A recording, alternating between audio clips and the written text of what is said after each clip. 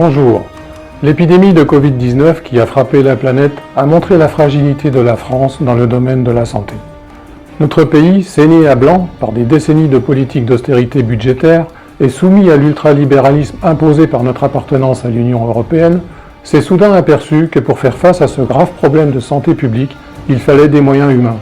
Des médecins, du personnel hospitalier, des personnels des EHPAD, tous ces gens-là mal payés, et des moyens techniques.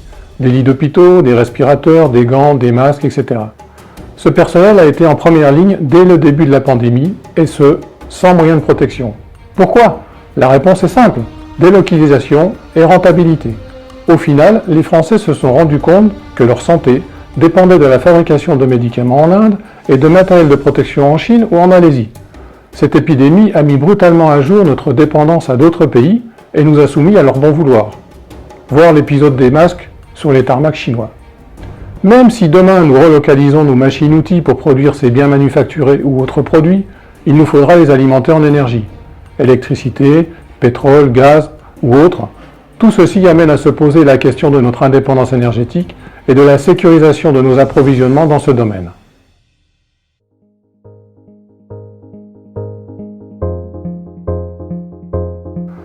Lorsqu'il est question d'énergie, le plus souvent, il est fait référence aux ressources nécessaires pour la production de produits manufacturés, pour le transport et pour la production d'électricité. Quelles sont les principales ressources dont la France a besoin pour subvenir à ses besoins en énergie? Citons les principales. Le pétrole, le gaz, l'uranium pour les centrales nucléaires, le charbon et les énergies renouvelables. Les énergies renouvelables, l'hydraulique, éolien, photovoltaïque, biomasse, feront l'objet d'une autre vidéo plus complète sur le sujet. La dépendance de la France en pétrole et en gaz est très importante. Le pays est aujourd'hui dépendant à 99% de ses importations pour sa consommation de pétrole et de gaz. La consommation primaire d'énergie de la France s'est élevée en 2018 à 248,2 millions de tonnes d'équivalent pétrole. Avec un parc de 58 réacteurs en France, le nucléaire en représente la plus grande part, 40%, devant le pétrole 29%, le gaz 15%, et les énergies renouvelables 10%, et le charbon près de 4%.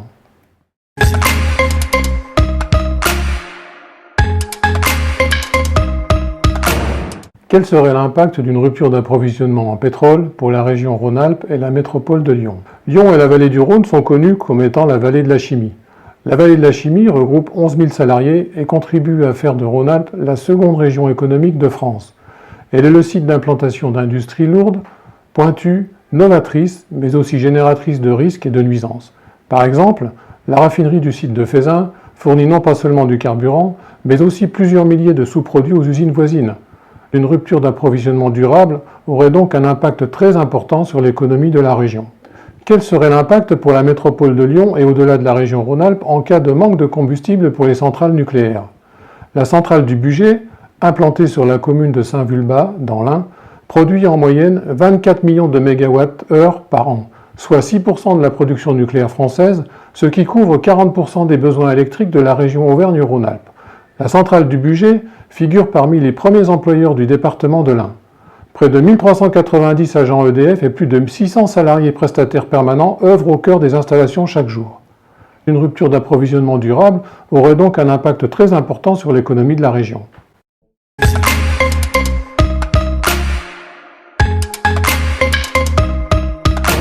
Donc parlons pétrole. La France produit du pétrole sur son sol, près de 835 000 tonnes de pétrole en 2015.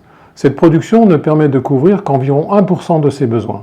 Pour satisfaire la demande nationale, 53,2 millions de tonnes supplémentaires de pétrole brut ont été importées en 2018, auxquelles s'ajoutent des importations de produits déjà raffinés, notamment de gazole et de fioul domestique. Les données que je vais vous exposer maintenant sont celles de 2018. En ce qui concerne les importations de pétrole brut cette année-là, le premier fournisseur de la France est le Kazakhstan. Ce pays a compté pour 17,6% des importations françaises. Suivent entre autres l'Arabie Saoudite, 14,9%, la Fédération de Russie, 14,3%, le Nigeria, 10,9%. L'approvisionnement provient donc pour un tiers de l'ex-URSS, Fédération de Russie plus Kazakhstan. Néanmoins, l'on constate que la France sécurise ses approvisionnements par une logique de répartition, preuve d'une reconnaissance d'un potentiel problème que représenterait une rupture de l'approvisionnement.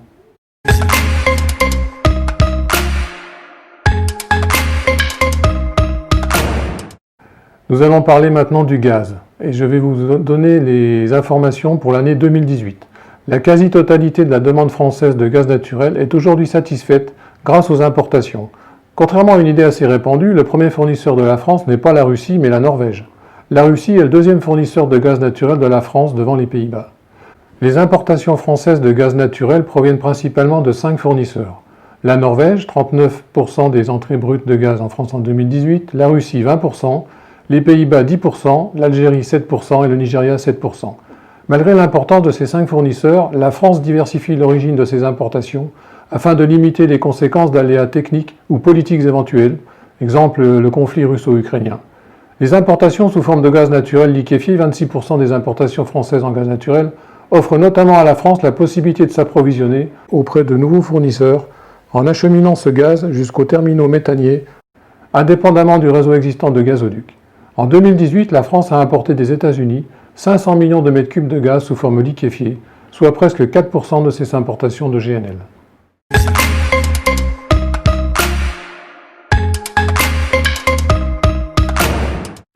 L'uranium pour nos centrales nucléaires. D'où vient-il? D'où est-il importé? Le Niger est historiquement associé aux importations françaises d'uranium. La France a besoin de l'ordre de 8 000 à 9 000 tonnes d'uranium naturel par an pour fabriquer le combustible alimentant son parc de 58 réacteurs nucléaires. La totalité de cet uranium est importée. L'exploitant EDF achète le combustible final auprès d'Areva qui sécurise son approvisionnement en exploitant de l'uranium naturel dans différentes zones géographiques. La répartition exacte des importations françaises n'est toutefois pas communiquée par EDF et Areva qui relaient des documents assez globaux sur l'origine de ces importations. Néanmoins, nous pouvons noter qu'EDF se fournit dans 7 pays, notamment le Kazakhstan, le Canada, l'Australie et le Niger, auprès de 7 fournisseurs différents.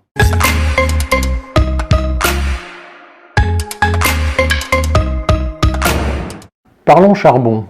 D'où provient le charbon importé en France?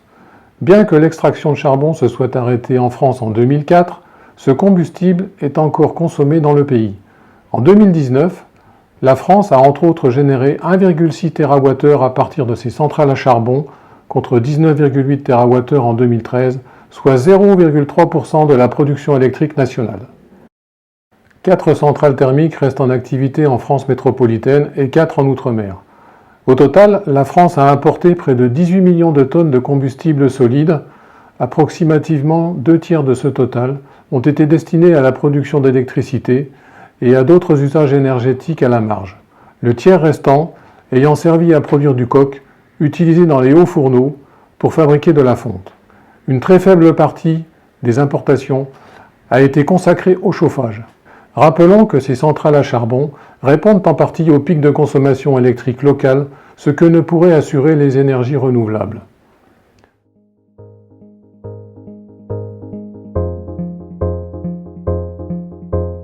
Parlons maintenant de la sécurisation de nos approvisionnements pour fournir notre énergie.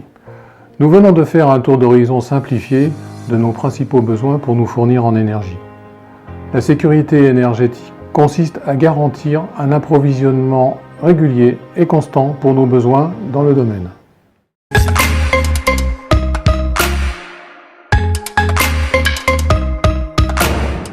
Pour le pétrole, une dizaine de pays fournisseurs. Mais plus de 30% de nos besoins naturels annuels proviennent de l'ex-URSS, Kazakhstan plus Fédération de Russie, et environ 25% du Moyen-Orient. La France dispose d'un système de stock stratégique pétrolier lui permettant de remplir ses engagements envers l'Agence internationale de l'énergie, l'AIE, et l'Union européenne en matière de sécurité énergétique. Ces stocks sont employés pour répondre aux difficultés d'approvisionnement locales ou nationales, qui entraînent ou risquent d'entraîner une pénurie de produits pétroliers. Ces stocks assurent théoriquement soit 90 jours d'importation journalière nette de pétrole brut et de produits pétroliers, soit 61 jours de consommation intérieure journalière moyenne.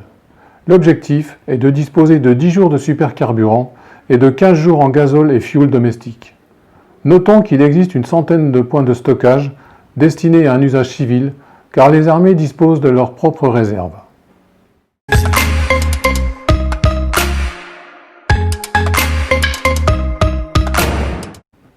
En ce qui concerne le gaz, la Norvège est notre premier fournisseur avec environ 40% de nos besoins, suivi de la Fédération de Russie avec 20%. Juridiquement, le Code de l'énergie définit le critère de sécurité d'approvisionnement du gaz comme la continuité de la fourniture et de l'acheminement en gaz dans les situations suivantes. Hiver froid, tel qu'il s'en produit statistiquement un tous les 50 ans, température extrêmement basse pendant une période de 3 jours au maximum, tel qu'il s'en produit statistiquement une toutes les 50 ans. La sécurité d'approvisionnement en gaz consiste à assurer la continuité de la fourniture de gaz au regard de risques différents auxquels le système gazier est confronté. En France, il existe deux types d'aléas majeurs faisant peser des risques sur la sécurité. Les aléas climatiques, les pertes de sources d'approvisionnement. Les risques sur la sécurité d'approvisionnement en gaz dépendent donc de l'évolution de la consommation locale et des possibles conflits dans les pays traversés par les gazoducs de transport.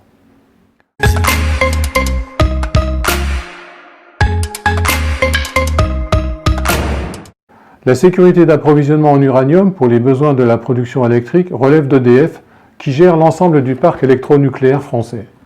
La consommation d'EDF pour le parc français représente environ 8000 tonnes d'uranium naturel par an.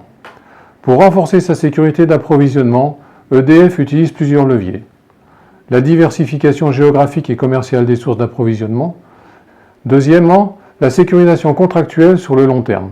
Les besoins d'EDF sont presque intégralement couverts sur les 10 prochaines années et aux 3/4 sur les 5 années suivantes. La gestion des stocks. Des stocks importants d'uranium sont présents sur l'ensemble du cycle du combustible nucléaire.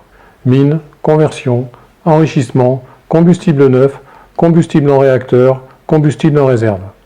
Ces stocks permettent d'assurer un fonctionnement des réacteurs du parc électronucléaire français sur plusieurs années, répondant ainsi au risque de rupture d'approvisionnement.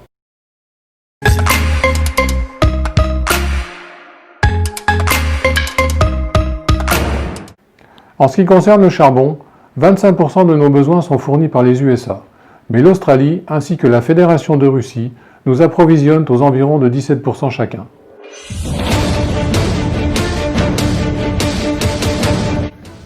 Emmanuel Macron avait promis durant la campagne présidentielle de 2017 de fermer les centrales à charbon très polluantes durant son quinquennat.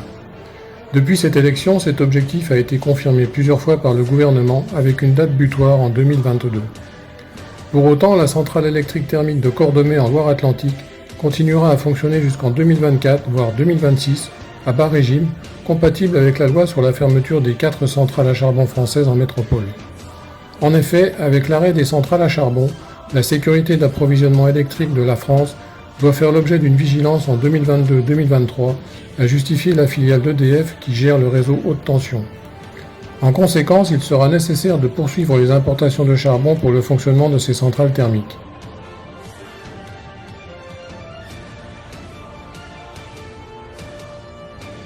Ce que l'on constate, c'est que d'un point de vue contractuel, la France a diversifié ses sources d'approvisionnement pour ses besoins en ressources énergétiques. Mais qu'en est-il de la sécurisation des voies d'acheminement dans un monde où la croissance de la consommation de ces matières premières est en constante augmentation ?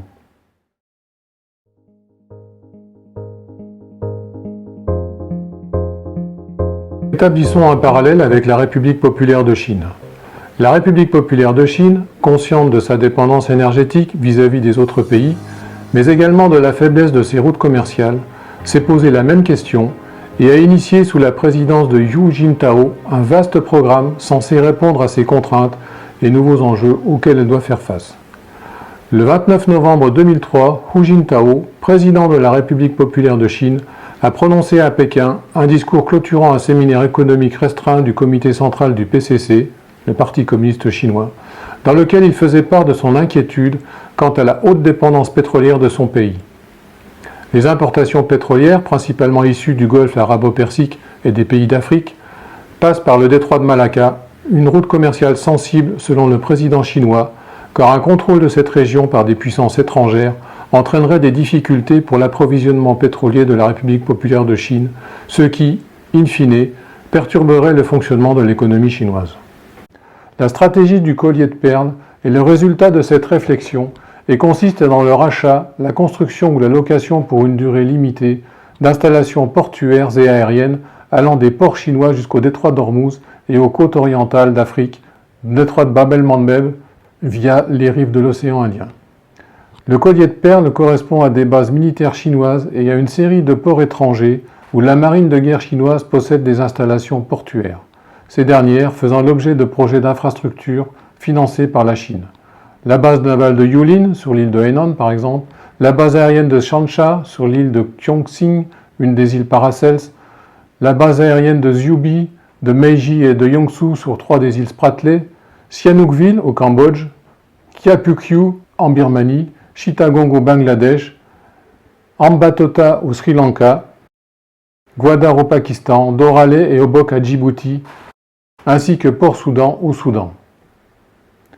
Dans le cadre de ce collier de perles, depuis 2008, la Chine est devenue la 3e puissance navale en termes de tonnage et a dépassé celle de la Russie en 2016. Les chantiers navals chinois développent de nouvelles activités telles que les constructions de sous-marins, de frégates, de bâtiments amphibies ou encore de bâtiments de soutien.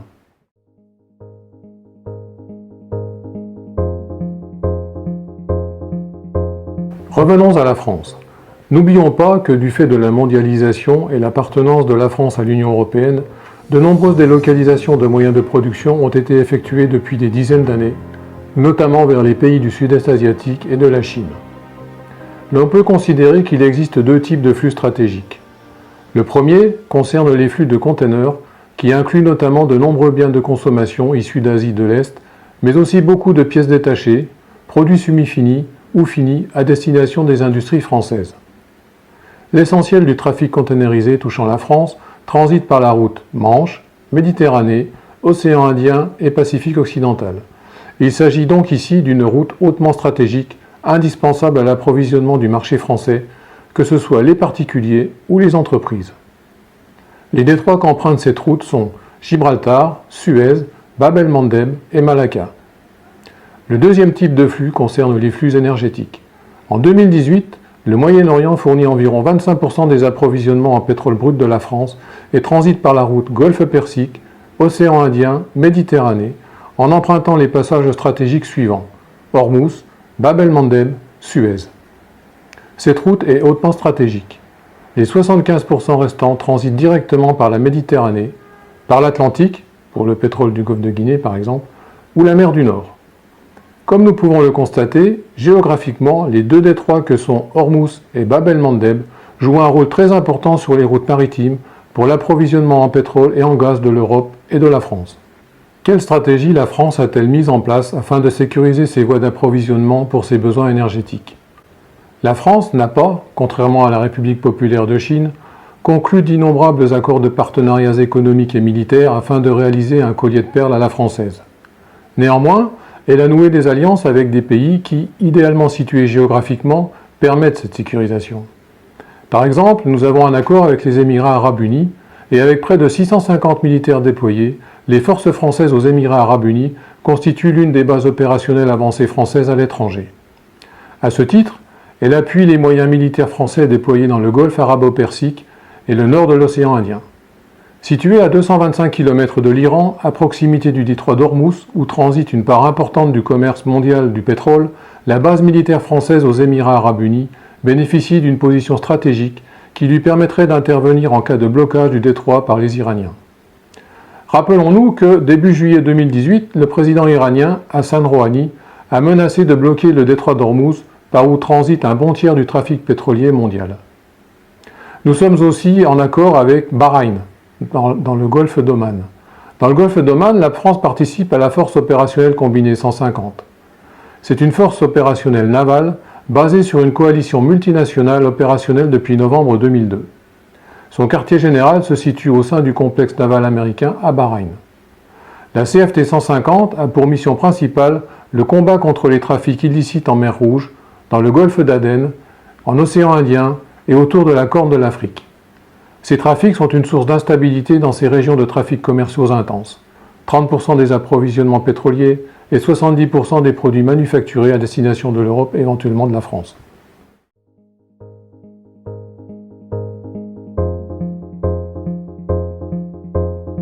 Le détroit d'Ormuz n'est pas le seul à être susceptible d'être bloqué. Celui de Bab el-Mandeb, à l'entrée de la mer Rouge, est aussi à la merci des rebelles Houthis, lesquels tentent de prendre le pouvoir au Yémen et affrontent une coalition qui, emmenée par l'Arabie Saoudite, soutient les autorités légales en place.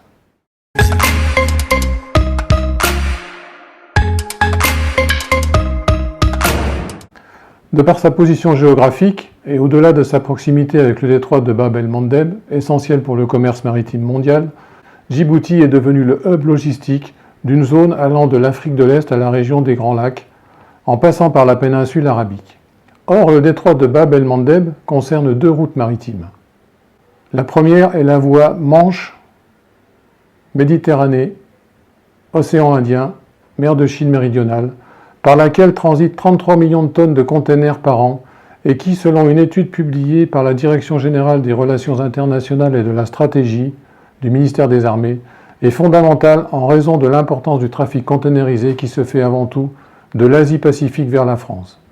Et la seconde est la voie Méditerranée-Océan Indien, laquelle est hautement stratégique pour des raisons de souveraineté, étant donné qu'elle dessert la Réunion.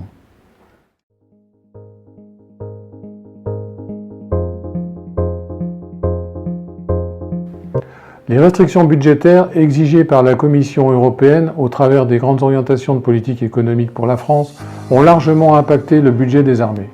Ceci explique que la présence des forces françaises à Djibouti a été considérablement réduite au cours de ces dernières années pour tomber actuellement à 1450 militaires contre 2900 en 2010.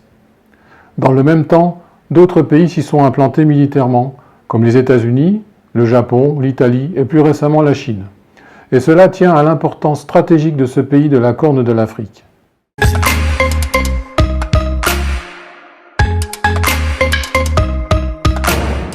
La France participe aussi à la mission Atalante. Débutée en 2008 et prolongée jusqu'au 31 décembre 2020, l'opération Atalante est une mission militaire et diplomatique mise en œuvre par l'UE et a pour mission, entre autres, de participer à la sécurité du trafic maritime dans le golfe d'Aden et le bassin somalien, de participer à la dissuasion, la prévention et la répression des actes de piraterie. La France participe à l'opération Atalante avec le déploiement permanent d'une frégate pendant toute la durée de l'opération et la participation ponctuelle d'un avion de patrouille maritime ATL-2. La France propose également un soutien logistique à l'opération avec son dispositif prépositionné à Djibouti.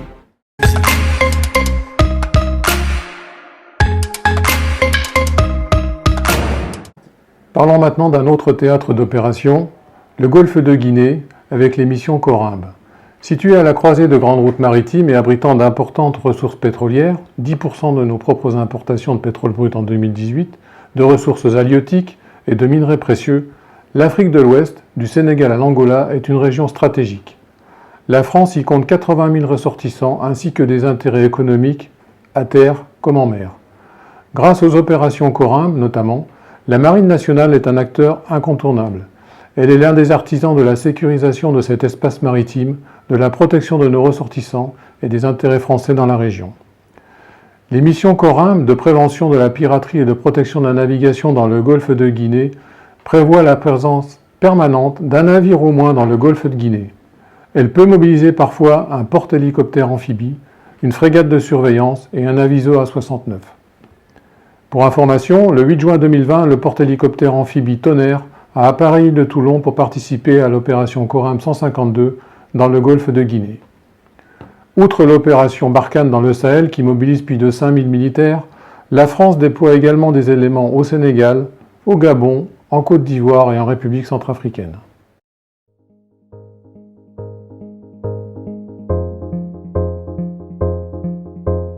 En conclusion, au travers de cette conférence sur la sécurisation de nos sources d'approvisionnement, nous voyons que des risques réels de conflits à venir sur les différents théâtres d'opération, au Moyen-Orient comme en Afrique, sont bien réels. Certes, nos armées sont encore capables d'actions ponctuelles pour défendre nos intérêts, mais n'oublions pas que notre marine nationale ne dispose que d'un seul porte-avions, pas toujours disponible à cause des opérations d'entretien. Notre armée de l'air est capable de frappes presque partout dans le monde, mais manque de moyens de transport lourds pour acheminer troupes et matériel. Tant pour la projection aérienne de force que pour leur entretien, les forces françaises ont recours à la location d'avions de transport Antonov 124 ayant la capacité d'emporter du fret hors gabarit. Mais ces avions ont été conçus il y a plus de 30 ans et leur production a été interrompue. Notre armée de terre est aguerrie et a fait ses preuves sur de multiples théâtres d'opération, mais derrière cela, les équipements et les véhicules sont usés jusqu'à la corde, sans compter un manque flagrant d'hélicoptères lourds de type Chinook. Remarquons que la France ne fabrique pas ses propres drones armés, car ne possédant pas actuellement cette technologie. Une autre difficulté majeure est que, pour des raisons de rationalité économique, l'armement léger n'est plus fabriqué en France et dépend des importations de l'étranger. En effet, il est à noter que depuis la fin des années 90, le ministère des Armées est contraint de compter sur des fournisseurs étrangers pour s'approvisionner en munitions de petit calibre, la France ayant perdu la capacité d'en produire avec la fermeture du site exploité par Giat Industries au Mans. Cette dépendance a donné lieu à de nombreux incidents de tir, la qualité des cartouches de 5,56 acquises auprès du groupe Adcom n'étant pas au niveau espéré, et les marchés passés avec d'autres fournisseurs n'ont pas donné satisfaction. Que penser d'une armée de soldats incapable de se défendre faute de munitions fiables? Pourquoi en sommes-nous arrivés à cette situation? Tout simplement parce que la France est contrainte, par les traités que lui impose son appartenance à l'Union européenne, de privilégier la libre concurrence au lieu de protéger ses secteurs stratégiques comme la sécurité et notre défense. De fait, faute d'une industrie de l'armement diversifiée, la France doit s'approvisionner dans des pays étrangers. Au-delà d'équipements sophistiqués, tels le Rafale, les frégates multimissions, les canons César, la France aura-t-elle dans les années à venir les moyens militaires de ses ambitions et pourra-t-elle assurer la continuité de la protection de ses voies d'approvisionnement? La réponse est non. Soumise à l'Union européenne, la France n'a plus les moyens d'une politique diplomatique internationale et ne se donne plus depuis plusieurs décennies d'instruments pour la faire respecter. Depuis des années, le budget et les effectifs de la défense française sont soumis à des coupes drastiques. Le budget militaire de la France n'a cessé de diminuer en proportion du PIB depuis le début des années 90. En 1991, il était de 3,6% du PIB, contre moins de 2% en 2015. La ministre des Armées, Florence Parly, a obtenu un budget 2020 en hausse de 1,7 milliard d'euros pour un montant global de 37,5 milliards d'euros. En 2020, les dépenses consacrées à la défense n'atteindront ainsi que 1,86% du PIB français. Quant à Emmanuel Macron, il ne s'est engagé à y consacrer qu'au mieux 2% du PIB d'ici à 2025. Le danger est clair et ne vient pas seulement du manque de moyens financiers, techniques et humains, mais de la pensée de nos élites politiques qui, pour des raisons idéologiques et intellectuelles, ont chassé le mot guerre de leur pensée. Le vieil adage « si vis pacem parabellum », si tu veux maintenir la paix, sois toujours prêt à la guerre, nous rappelle qu'il faut une armée forte, même en temps de paix. Il faut penser qu'une guerre peut arriver et s'y préparer. Mais les gouvernements qui se sont succédés depuis le départ du général de Gaulle en sont incapables. Le manque de stratégie est flagrant.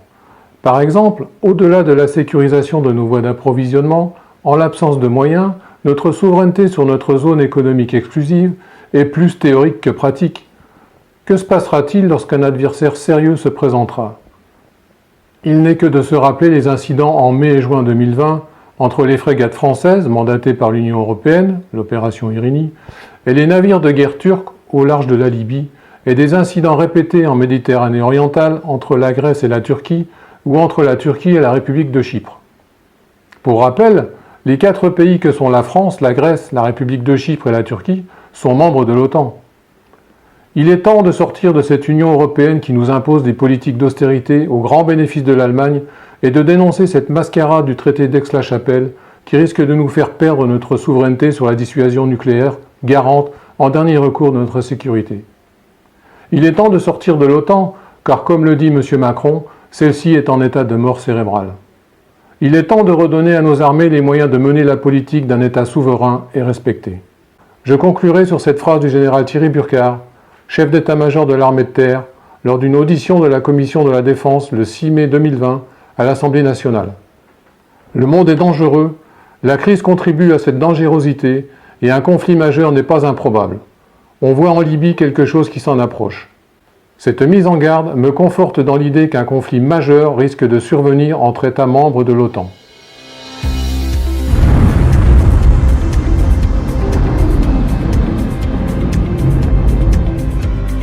Merci d'avoir regardé cette vidéo. Si elle vous a plu, vous pouvez vous abonner, mettre un pouce bleu, la commenter et nous faire part de vos suggestions. À bientôt.